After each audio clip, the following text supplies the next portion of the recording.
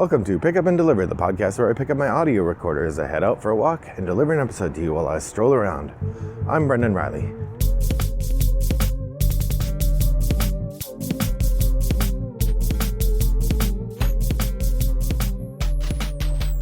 Well, good morning, listeners. It's a lovely day here in suburban Chicago. The weather, as I've mentioned in my last podcast, is pretty crisp, and I'm enjoying the opportunity to bask in the cool weather of autumn.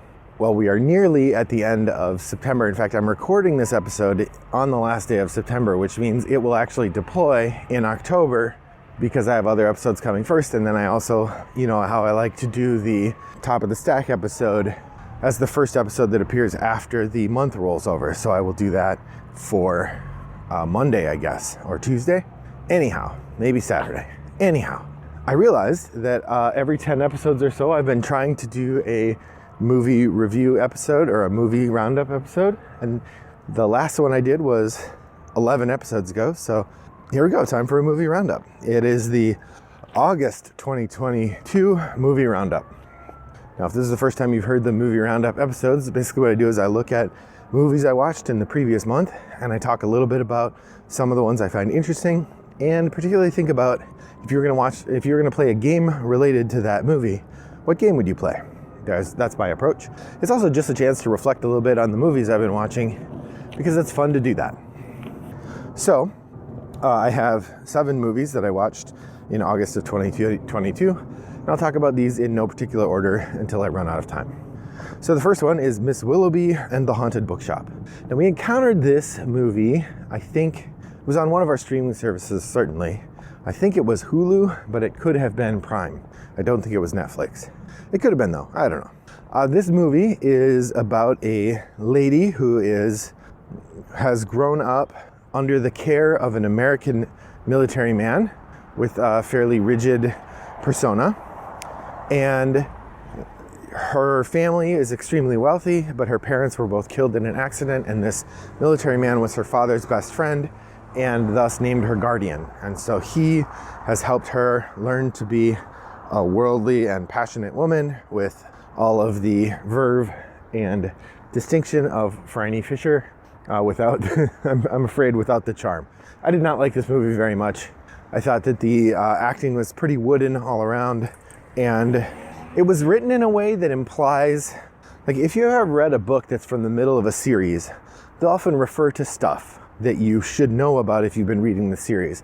And they do it in a way that's not entirely unwelcoming if you haven't read the series, but generally they aren't making a lot of room to spend time explaining things because they assume most readers have been following the series, and so explaining things doesn't make sense. This movie is written as though it's part of a series and a middle piece, but when you look it up, no, it's the first in what I assume is intended to be a series. So that was not great. I also was not super positive on Kelsey Grammer's performance as the military man in his old age. I thought the actor who played the military man as a young man was fine. Ultimately, it was pretty unmemorable, and if you are looking for a delightful murder mystery, you could either go to the Hallmark Channel Mystery Woman series, which are about a lady who runs a bookstore and solves mysteries, or you could go to the Phryne Fisher, Miss Fisher's Mysteries. Those are much, much better. So I would say Miss Willoughby and the Haunted Bookshop could take a pass.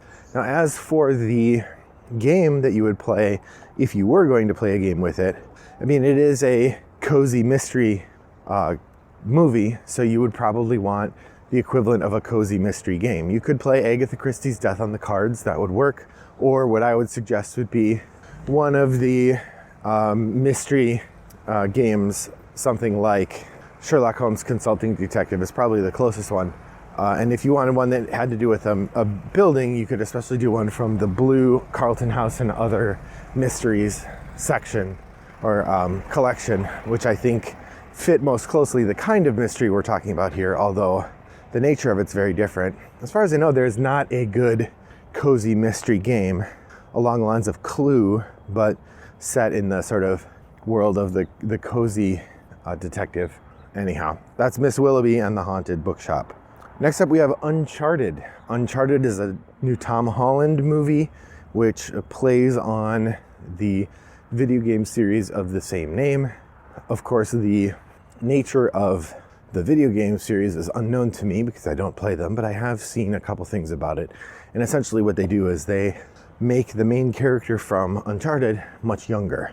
And they take a lot of the basic story elements and twist them enough to make them fit the excitement of the movies, but in so doing, they lose a lot of their verve.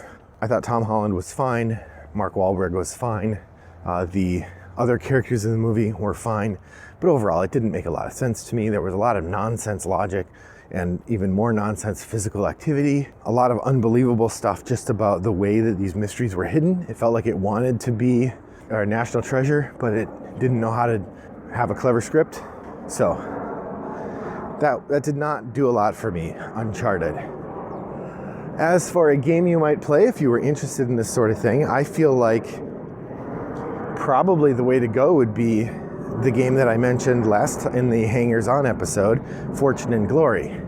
Because Uncharted really feels like it wants to be Indiana Jones as much as it is National Treasure, insofar as Indiana Jones is more of the swashbuckling adventure stuff, whereas National Treasure is almost like the unwilling or reluctant hero trope. And Uncharted definitely is more, let's go, let's do it. And so that probably fits Indiana Jones better. So I think that the weird stories, the funny coincidences, the goofy art from Fortune and Glory all fit into the model that's created by Uncharted and would be a nice pairing if you were going to try to watch a movie and play a game together. That's Uncharted. All right, next up is the 355. The 355 is it's really hard to describe. It is a spy movie and an action movie, foremost, in which a variety of conspirators are perpetrating some sort of national security trauma, or, bad action. And of course, the spies who discover or are embroiled by this bad activity are framed and blamed as being traitors. And so then they have to not only defend their honor, but they have to solve the problem without all of the resources that make them such good spies to begin with, because now they're being hunted by their own spy agencies. Of course they are, because that's how this sort of thing works. Overall, I thought the characters were fun. I thought it was an amusing story. Pretty forgettable. I literally can't remember what the plot was. Unless it was the Mission Impossible plot where someone had stolen the names of all the actors or of all the spies and they were going to sell them on the black market. I feel like that was it, which is really disappointing that they just took the plot from Mission Impossible. Not that was all that unusual or original plot anyway, nonetheless. Overall, I think that the idea of the 355 exceeded the quality of its execution, but as a story, it was much more enjoyable, much more along the lines of fun popcorn movie than something like Uncharted, which I thought was kind of a mess, and Miss Willoughby, which just wasn't good at all. Now, if you wanted to play a spy game, there's a couple different options. I feel like the big one right now that everybody's talking about is Mind Management, or Mind MGMT. This is a board game adaptation of a comic book in which spies are trying to recruit other spies, but all the spies are people with dramatic mental and superpowers, and it's a race against time to find the spies or find the recruiter before time runs out. While I said this doesn't really fit the plot of the game or the movie, I think it fits probably the approach or the goal that you'd have. The other option would be my favorite spy game, which is Redacted. Now this is a game that doesn't have a lot of support or conversation in the community, in part because it's weird and a little finicky and old, but as a game, it's really neat. There's a couple spies and you're trying to find your way to get the evidence and escape before your opponents stop you from doing so. Overall, Redacted is really interesting. It's the first Dave Turczi game that got produced, and it set him up nicely to be connected with other designers. And I think there's a lot of really interesting stuff in there. So now that I think about it, perhaps Redacted is the game that you want to seek out rather than Mind MGMT. But Mind MGMT is the more popular choice. So that would be the pairing with the 355. So those are the three and only three new movies that I watched in August. That said, I did also watch 3 movies that I had seen before, and all of which it had been at least 5 years, probably, 2 of the 3, it had been so long I didn't remember when I had last seen them. And one of them was a movie that was part of our regular family viewing when the kids were younger, so we've seen it a number of times, but hadn't watched it in a couple of years. So to start with, after we watched the Uncharted, my daughter was like, well, this really makes me want to watch National Treasure, which is, of course, a really good adventure treasure hunting kind of movie. So that we popped that in. National Treasure was a delight. As always, Nicolas Cage has his reluctant hero approach, along with a little bit of mania, and just lots of fun stuff to do. The villains are menacing, but not too scary. I guess they do shoot at people occasionally, but they feel like children's movie villains, which kind of they are. It's fun to see Harvey Keitel show up, and Jon Voight shows up for a few minutes and does his Jon Voight thing. Overall, National Treasure is great. If you haven't seen that, best movie I've talked about yet, and best movie I will talk about, top of the month, even if I've seen it a dozen times at least. Now, what game would go with that? I would say an unlock. There has to be an unlock about secret Masonic rituals and ancient treasure hidden in unlikely places. That feels like an unlock or similar type game. That is what you'd play to accompany National Treasure. I don't have one in particular to recommend, but I bet if you looked around, you could find one. All right, the other two movies that I watched that I'd seen before. One of them, my daughter and I had an evening where my wife was gone and we had a chance to watch a movie. And so I said, tell you what, I would like to show you a really stupid movie that I think is very funny, and I'm keen to see how it holds up and what you think of it. And she said, all right, hit me, Dad. And so I played Dumb and Dumber. Now I told her this movie is really dumb and it might turn out that it doesn't hold up at all. So if you want to, I'll give you a ripcord 15 minutes in. If you want to say, let's stop watching it, you're welcome to do so. She did not. We watched the whole movie. And like I said, it's a hoot. National Treasure, or Dumb and Dumber, is of course the plot of two guys who are both pretty dumb, and they are on a journey. One of them is a limo driver, and he sees that one of his passengers, who is a beautiful woman, has left her briefcase in the airport. So he rescues it from the airport and then starts a cross-country road trip to find it and bring it to her. And of course, it turns out she left her briefcase in the airport on purpose because it was a ransom drop. So, that's the overall plot. What makes Dumb and Dumber great are all of the little set pieces that they created to highlight how dumb these guys are and add humor. My absolute favorite, is the part where these two guys are at a diner and the waitress, who is already tired of them, comes over and says, what can I get you to eat? And one of them says, what's the soup du jour? And she says, that's the soup of the day. And he says, that sounds great, I'll have that. Genius. I also had not realized how much wordplay is in the movie. I remember distinctly at one point early in my movie watching career that one of the characters who's trying to get his friend to woo this woman for him, he says, he means to say rapier wit, tell her about my rapier wit, but he says, tell her about my rapist wit, which of course that's hilarious.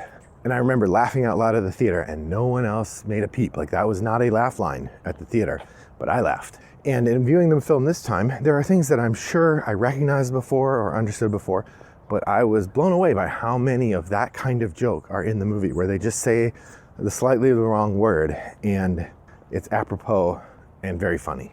So Dumb and Dumber, turns out it holds up. There's a couple jokes that are a little questionable or a little objectionable by today's standards, but it actually holds up far better than I thought it would. So all of that aside, what do we suggest to play with Dumb and Dumber? I don't know that there is a game I would suggest to play with that. I mean, they have to be silly. Like, on one hand, you would play something that is eminently fun, but silly. So you could go back to my Silly Games episode and pick something like that. Obviously, the top choice there is Happy Salmon or Dude. Dude actually fits this movie really well, although it would probably fit better with something like Harold and Kumar Go to White Castle. But I would also say, like a children's game that's about silly behavior, something like Pie Face. Pie Face would be the kind of game that would be a really clever choice to play with something like this as well, because it's just about silly stuff like getting hit in the face with a pie. So that's Dumb and Dumber, starring Jim Carrey and Jeff Daniels. The last movie I want to talk about here, as the episode's wrapping up, is The Italian Job. I don't want to spend a ton of time on this because I don't have a lot to say. This is a really interesting caper movie with some great set pieces and clever characters, But at the heart of it, I find the movie really sexist, like unpleasantly so, and holds its sexism in a way that it was probably bad at the time, but it's really crummy now. So I did not enjoy this movie as much as my wife and daughter did, weirdly, but maybe they're used to it enough. They're just like, whatever, it's a movie from the 90s, it's sexist. But I found it pretty off-putting and probably would not watch it again. That said, it's a good caper movie and I can see why people still like it. That's The Italian Job. Obviously, Burgle Bros is your go-to caper game. You could also do the Vital Lacerda game, The Getaway. I haven't played that one, so I can't really speak to how closely it follows the conversation, but it seems like it would fit. So those are 8 movies I watched in the month of August. Thanks for joining me there. What movies did you watch? Head over to Board Game Geek Guild 3269 and share your thoughts there. Or you can message me directly on Board Game Geek. I'm Wombat929. Or on email, I'm Brendan at Rattlebox Games. I want to say thanks for joining me on my walk today. I hope that your next walk is as pleasant as mine was. Bye-bye.